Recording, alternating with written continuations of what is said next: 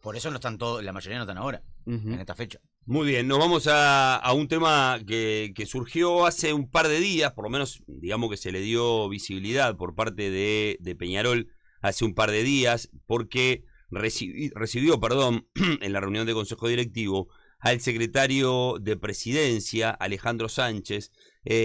También hubo un tuit de Alejandro que decía: gracias al presidente de Peñarol, Nacho Rula, a la dirigencia del club, a los trabajadores, socios e hinchas. Ante un invierno complejo, no dudaron en abrir las puertas del Palacio para transformarlo en un centro de evacuación para que cientos de compatriotas pudieran pasar la noche. Cualquier persona que pasaba durante todo ese tiempo por el Palacio veía que había ambulancias, personal también policial, y aparte se veía que entraba gente en situación de calle que para combatir de alguna manera las condiciones climáticas en ese tiempo utilizaban una parte del Palacio Peñarol como un refugio, por lo menos para pasar las noches. Está con nosotros el secretario de Presidencia, Alejandro Sánchez. Alejandro, buen día para vos, bienvenido, ¿cómo te va? Buenos días, Martín, un gusto estar en contacto con ustedes. Bueno, un placer. Primero te quiero preguntar, porque Peñarol termina siendo reconocido, pero habitualmente ustedes, el gobierno, digamos, también recurre, antes de que comience un invierno, a consultarle a diversos clubes si se permite utilizar parte de las instalaciones. ¿Habitualmente tienen más no que sí o al revés? Bueno, a ver, tuvimos una situación compleja, porque ustedes recordarán, el tema situación de calle es un tema muy complejo. Tenemos muchas personas viviendo en situación de calle y el invierno se había puesto muy crudo en términos de temperaturas muy bajas, y entonces fue que surgió toda la propuesta del plan invierno, que lo que buscó es generar lo que llamamos la evacuación a partir del SINAE, y recurrimos a varias instituciones, naturalmente. Claro, muchas instituciones tienen muchas dificultades, es muy complejo abrir un centro de evacuación por todos los problemas que eso conlleva, implica un desafío muy grande, y la verdad que contamos en este caso, tuvimos varios centros de evacuación durante el invierno. Uno fue en la escuela de policía, otro fue en la plaza de deporte número 2, también en el huracán del Paso de la Arena. Finalmente, al final, sobre el periodo, los últimos días, meses, también el Club Atlético Cerro nos permitió usar alguna parte de las instalaciones del Trócoli. Yo te diría que en general hubo una buena recepción. A veces lo que pasa es que no tenemos las infraestructuras para poder llevarlo adelante. En el caso de Peñarol, cuando comenzamos, que arrancó desde un principio, el día 1 del plan invierno, fue que nos comunicamos con Peñarol. Particularmente yo en ese momento estábamos buscando locales y necesitábamos un local cerca que estuviera en la centralidad, en el centro, ¿no? Porque los otros locales eran más lejanos. Terminó también siendo el ex aeropuerto de Carrasco un lugar de evacuación. Y bueno, obviamente el Palacio Peñarol era un lugar ideal porque está enclavado bien en el centro de Montevideo. Y cuando nos comunicamos con Rubio, inmediatamente dijo: contá con Peñarol, voy a hablar con la directiva. Y efectivamente allí, durante todo el invierno, pernotaron a cerca de 130 personas.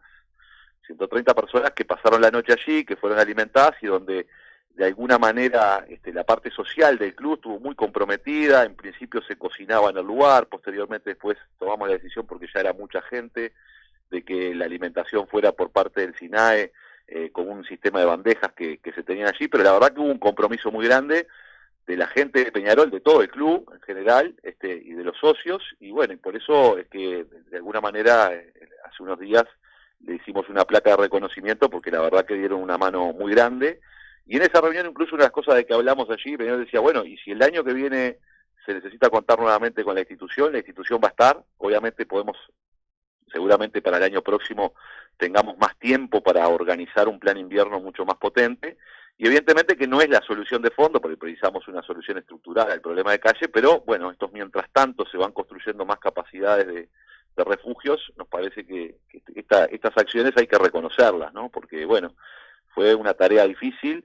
Ustedes recordarán, en esos días de invierno tuvimos la colaboración de la policía, la colaboración de muchas instituciones, y logramos efectivamente de que casi no quedara gente durmiendo en la calle, y la verdad que ese fue un gran logro. Y se trabajó, además, particularmente en Peñarol, con mucha sensibilidad, con mucho buen trato. La gente que estuvo yendo a ese centro de evacuación reconocía que los trataban muy bien, que se sentía muy reconocido, y bueno, y se dio esa simbiosis donde por momentos había prácticas adentro del del Palacio Peñarol, y la gente que estaba en situación de calle iba a las gradas a ver, y eso también generaba de alguna manera un vínculo distinto, así que la verdad que fue una experiencia maravillosa. Está muy buena esta explicación a todo lo que sucedió durante ese tiempo, porque no estaban ubicados en el sector de la cancha, sino que la vida del Palacio seguía manteniendo casi su normalidad. Lo que pasa es que estaban en un costado, como debajo de una tribuna, donde se había, digamos, que armado un lugar más cómodo, hasta más chico, para estar un poco más contenidos también y combatir también el frío desde ese lugar. Lo que no sabía, que ya habían tenido hasta acceso ahí a ponerse en las tribunas, a poder mirar las prácticas, que no deja de ser también un divertimento para mucha gente que difícilmente lo tenga por la situación que vive, además. No, exactamente, por eso te digo, hubo un compromiso muy grande, un involucramiento de la Comisión de Asuntos Sociales de Peñarol muy importante, y bueno, y generaron también esa simbiosis que estuvo muy buena, porque bueno, la gente por lo menos también no solo se refugiaba del frío, sino que también pudo de alguna manera ver algunas que otras prácticas y algunas otras actividades, y eso también hablaba de la recreación y lo que se podía generar allí. Además, esto fue un desafío para todos muy grande, una gran experiencia, francamente. Nosotros originalmente, cuando hablamos con Peñarol y fue la gente del SINAE, la idea era, como tú bien decías, estaban alojados ahí abajo de una de las gradas, porque es un lugar más, no es tan alto y por tanto se podía calefaccionar mejor, obviamente, y generaba, además, no interrumpía las actividades del Palacio Peñarol. Originalmente pensábamos que podía albergar a unas 70, 80 personas. Finalmente terminó siendo un centro evacuado de 130, lo cual también generó con mucho trabajo y mucha sinergia entre Peñarol y el SINAE, mucha imaginación para abrir otros espacios, para generar otras soluciones.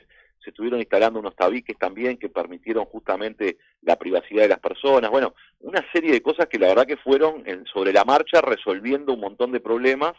Y bueno, y en un momento incluso mucha gente iba hasta ahí, hasta Peñarol, y nos llegó a la situación en donde, claro, estaba colmada la capacidad, por supuesto, pero muchas personas decidían ir hasta ahí porque, claro, entre otras cosas le quedaba más cómodo, porque muchos de ellos, obviamente, después durante el día son cuidacoches, se mueven en el centro y por tanto era mucho más atractivo para ellos dormir en Peñarol que ir a, por ejemplo, al aeropuerto de Carrasco, ¿no? Más allá de que había unos vehículos, unos ómnibus que eran de la escuela de policía, que luego los trasladaban en el caso que quisieran ser trasladados durante el día, pero bueno, se prefería, y entonces también tuvimos que generar un dispositivo porque pasó a ser un centro muy atractivo y claro, estaba colmada su capacidad, aumentamos a 130 y posteriormente cuando la gente venía y no había lugar, obviamente de allí se la trasladaba a otro centro evacuado, no era que quedaba en la calle, ¿no? Así que la verdad que hubo un esfuerzo muy grande, un compromiso muy grande, y yo que estuve recorriendo, porque como el SINAE depende de Presidencia, estuvimos colaborando junto con el MIDES en todo esto, cuando hablamos con las personas que estaban allí, no solo se sentían agradecidas, se sentían reconocidas en sus derechos también, y en sus deberes, por supuesto, porque allí se había organizado y dispuesto también por parte de los usuarios, digamos, del centro evacuado, que en la mañana había que limpiar la zona. Entonces eso también habla de cómo vamos construyendo ciudadanía, que no es solo tener el derecho, la posibilidad de dormir bajo techo y calefaccionado, sino que también tengo que cuidar ese lugar, y eso se generó, y eso habla de un trabajo social importante, que la verdad que era importante reconocerlo con una humilde placa, pero reconocer el esfuerzo y el compromiso, porque en ese momento, la verdad, era una situación de que nos encontramos en una situación muy fuerte, de mucha gente, de muy difícil solución, y Peñarol decidió ir para adelante, asumiendo todos los riesgos que eso podía tener, y por suerte fue exitosa la experiencia, pero bueno, hay que reconocer esos gestos también, ¿no? Muy bien. Alejandro, te fuiste con una camiseta. La camiseta, lo que no tengo claro, si tiene número y nombre atrás. Tiene número y nombre, por supuesto. Mi primer camiseta con nombre de Peñarol, pues yo soy un hincha de Peñarol también, pero la verdad que sí, muy agradecido por esa camiseta. Bueno, yo llegué a casa y ya mis hijas me la están queriendo sacar, pero bueno, estoy luchando para proteger esa camiseta. Bien, ¿podés seguir yendo al fútbol con normalidad a ver a Peñarol o a veces intentás evitarlo?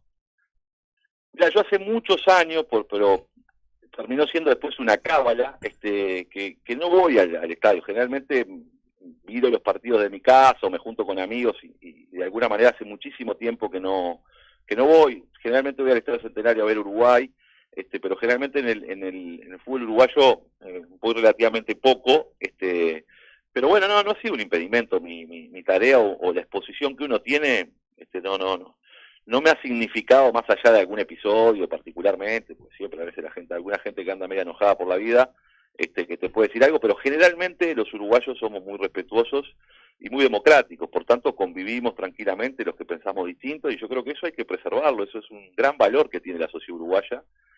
Acá somos pocos, 3 millones, todos primos y primas, todos tenemos un amigo o un pariente que vota un partido a otro o que es de un cuadro de otro. Naturalmente somos más los de Peñarol, naturalmente, pero convivimos perfectamente. Ya esa frase de final sabes todo lo que te va a generar, en serio. Te van a contestar a la gente del gobierno, de tu propio gobierno. Bueno, tenemos un presidente que es hincha de Peñarol, tenemos un ministro de Economía que es hincha de Nacional y es parte de algunas de las chanzas que nos hacemos generalmente. Alejandro, voy a un tema que sabrás hoy es un día importante también para el fútbol. Hoy se abre, digamos, se conocen los ofertantes para la licitación y hubo una carta que envió el Ministerio de Educación y Cultura firmado por el ministro Maía la semana pasada, en la que marcaba alguna preocupación con la transparencia de este proceso. Esto llevó a que la AUF se irritara y que le devolviera a Maía una carta invitándolo a estar hoy. Más allá de preguntarte si sabés si Maía va a estar en esta instancia donde se va a poder observar todo lo que ocurra, quiero saber tu opinión sobre esta postura del MEC, una postura que incluso, después te lo preguntaré más adelante, ayer fue criticada hasta por Pedro Bordaberry, que en algún momento había formado parte de lo que fue la intervención a la AUF y últimamente ya estaba por fuera del fútbol. Pero por eso son varios temas que me interesa escucharte sobre esto. Bueno, a ver, el fútbol uruguayo, en Uruguay todos sabemos que el fútbol es muy importante. Política y fútbol es de lo que más comentan los uruguayos cuando se encuentran en cualquier lugar, desde un cumpleaños hasta en cualquier actividad o en la parada del ómnibus, ¿no? Los uruguayos somos futboleros, hablamos mucho de eso, lo hablamos con mucha pasión, y es un pueblo también politizado. Ahora, hay que separar los tantos, en el sentido de que para nosotros, por supuesto, el fútbol es algo muy importante y relevante para el país, tiene que ver con el humor ciudadano, y por tanto es relevante el derecho que tiene el pueblo uruguayo a poder disfrutar de ese deporte de la mejor manera posible, pero naturalmente está organizado por actores privados, en este caso la AUF es una asociación privada, que sí tiene, como toda asociación privada, ciertos controles por parte del Estado en lo que tiene que ver con sus estatutos y sus procedimientos, y naturalmente ustedes saben que ha habido cierta controversia por esta nueva licitación de los derechos. Siempre existe esa tensión, porque naturalmente el fútbol, además de ser diversión, también es negocio, y siempre que hay negocio, bueno, hay intereses cruzados, intereses de los clubes, intereses de las empresas que giran alrededor del fútbol, intereses de comercialización, que son legítimos todos, y que generalmente generan mucho ruido, cuando se dan estos procesos. El gobierno ha estado en su rol de expectante viendo lo que sucede allí, porque es un elemento importante a la hora del imaginario colectivo, pero no es un tema que el gobierno se deba entrometer, porque es un asunto de privados. Y lo que sí sucedió es que frente a una serie de versiones con respecto al llamado, en el sentido de si había privacidad o no en ese llamado, es decir, el secreto necesario cuando hay ofertas en una licitación, uno de los requisitos para que haya garantías para todas las partes y que no haya ningún tipo de que en ese proceso haya ningún tipo de dudas, generalmente tiene que ver con que las ofertas en cualquier licitación pública o en licitación en este caso, sean ofertas cerradas que permitan de alguna manera igualdad de condiciones para todos los que se presentan.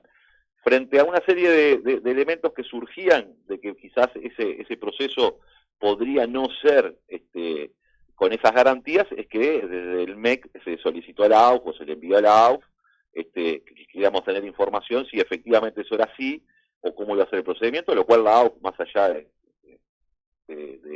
tú utilizabas el verbo de irritarse, lo que hizo fue contestar primero, invitar al ministro a que participe del proceso. Yo no tengo claro, no hablé con Maía ahora si va a participar, supongo que sí, que lo hará, y explicarnos que la vía del correo electrónico era con una casilla única a los solos efectos de que allí se presentaran todas las ofertas y que entonces hubiera el principio de la privacidad, de que un oferente no conozca de antemano la oferta de otro para poder hacerla distinta, eso estaba garantizado, y por tanto para nosotros si ese proceso se cumple de esa manera, nos parece que es correcto. Lo que simplemente creo que la preocupación del MEC fue en garantizar el derecho de todos los oferentes a presentarse en igualdad de condiciones.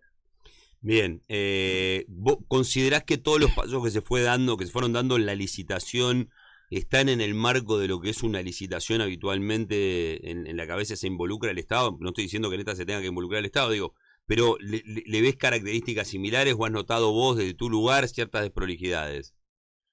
No, bueno, a ver, yo lo que he notado es mucha controversia, si se hacía por paquetes, por segmentación. Evidentemente hoy todos los medios están enfrentados a una nueva realidad. El streaming es el futuro, pero para que exista el streaming tiene que haber producción, naturalmente, tiene que haber otro tipo de contenidos. ¿Cómo se comercializan esos contenidos? Ha habido mucho debate, yo la verdad que no tengo una opinión formada al respecto, mucho debate sobre cuál es el valor del fútbol uruguayo, ¿no? Hubieron debates si valía esto, valía lo otro, bueno. Yo creo que para nosotros lo importante es que el fútbol es algo relevante para nuestra gente, y esa es la preocupación que tenemos, creo que como uruguayos todos, ¿no? De que el proceso sea lo más transparente y que nos permita a todos los uruguayos tener la posibilidad de acceder al deporte que más nos gusta con la mejor calidad posible. Y creo que eso es lo que hay que garantizar, más allá de los intereses que puedan girar alrededor del fútbol y las situaciones que se presentan, ¿no? Evidentemente hay una discusión muy fuerte dentro de la AUF, hay clubes que vienen discutiendo sobre varios aspectos, sobre distintos temas. Evidentemente allí hay un proceso de cierto deterioro, digamos, porque hay opiniones muy encontradas en el fútbol uruguayo, distintos clubes que tienen opiniones muy fuertes al respecto, con acusaciones muy duras, con denuncias que se han presentado también ante la justicia. La verdad que estamos preocupados por esa situación, pero en aras de que la solución final sea la mejor solución para la gente, que es lo que, en definitiva, para lo que juegan los jugadores, y para que ese deporte siga siendo lo que es, y que todos los uruguayos, o la mayoría de los uruguayos, tenga derecho a poder disfrutar de ese deporte tan lindo. Ayer Pedro Bordaberry escribió un tuit sobre la tarde que decía: el Poder Ejecutivo no debe meterse en la venta mediante llamado público de los derechos de televisión y comerciales del fútbol. Es competencia absoluta de la AUF, es preocupante que se meta el Ministerio de Educación y Cultura. ¿Vos considerás que realmente que se metió, volvemos al tema del verbo, es el verbo realmente el meterse, el que no sé, tiñe un poco esta situación? De Pedro Bordaberry. Si hay algo que el Poder Ejecutivo no se ha metido, el Poder Ejecutivo lo que intentó hacer es, frente a un conjunto de versiones sobre que la igualdad en la competencia, le preguntó a la AUF por qué, porque la asociación es controlada por el Ministerio de Educación y Cultura. De hecho, por esa razón, Pedro Bordaberry fue interventor. ¿Por qué fue interventor Pedro Bordaberry del fútbol uruguayo? Porque hubo una decisión del Ministerio de Educación y Cultura de intervenir la asociación. Entonces, en realidad, cuando el Poder Ejecutivo se metió adentro del fútbol uruguayo fue cuando Pedro Bordaberry, entre otros, fue interventor del fútbol uruguayo.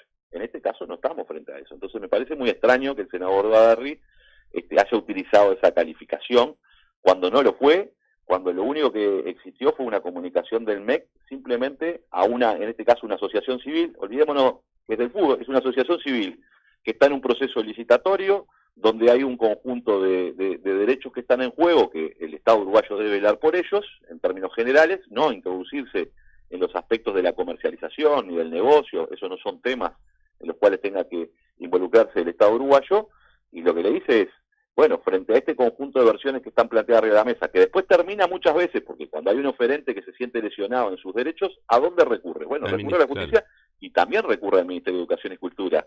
De hecho, parte de algunos de los problemas que ha tenido, o las diferencias que han habido en el fútbol uruguayo, han implicado que el Ministerio de Educación y Cultura tenga que opinar sobre, bueno, los estatutos, los procesos, etcétera, etcétera, porque han habido denuncias en ese sentido. Entonces, lo que intentó hacer el Poder Ejecutivo es decirle a la AUF, che, acá hay un conjunto de temas que se están diciendo que parece ser que no habría garantías para que hubiera igualdad de oferentes, sería bueno que ustedes garanticen esto, y le estamos preguntando si esto lo van a hacer así, y nos contestaron cuál iba a ser el procedimiento, y bueno, y eso fue lo que pasó, pero intervención del Poder Ejecutivo en esto no existió. En todo caso, cuando el Poder Ejecutivo intervino en el fútbol uruguayo, fue en el momento en que Bordaberry fue interventor.